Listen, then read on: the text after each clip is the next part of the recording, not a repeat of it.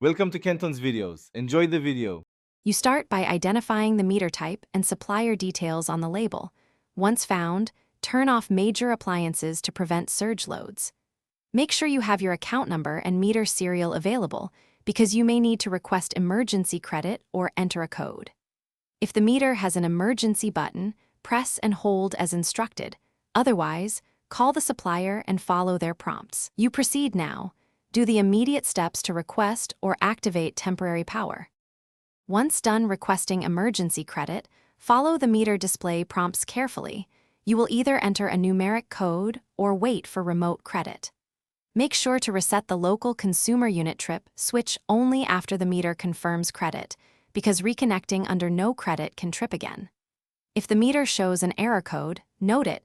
You will need it when contacting support. Continue to watch the meter display for the confirmation message and a rising balance indicator before powering essential. You now restore power to essential circuits in stages, starting with lights and a fridge, then wait 10-15 minutes before larger loads. This prevents immediate overloads.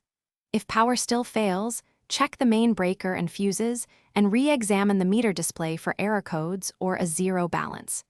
Make sure you have the meter serial and the error code when you call the supplier.